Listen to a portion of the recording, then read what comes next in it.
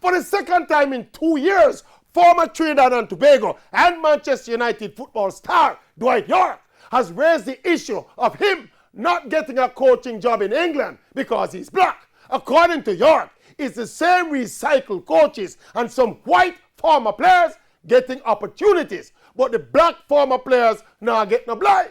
Now that complaint in and of itself is politically arousing. But it cannot stand up to full scrutiny. Now, first of all, white players outnumber black players in the English game by more than 3-1. So it follows that white former players will outnumber black former players by more than 3-1. So unless there is proof that all former white players are getting coaching jobs and only black former players are getting rejected, the premise of Yorke's argument is flawed.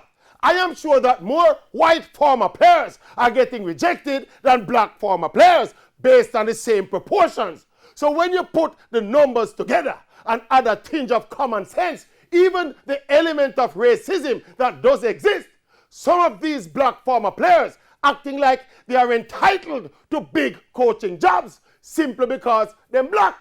It don't work so. The day Dwight Yorke stopped playing football, he should have started coaching some smaller teams or even coach Trinidad and Tobago. Build up his stocks and keep coaching. Dwight Yorke, let me tell you something. Look how the Maverick black. You think I get my TV blind? Me never get it. I take it. Me grab it to the 200.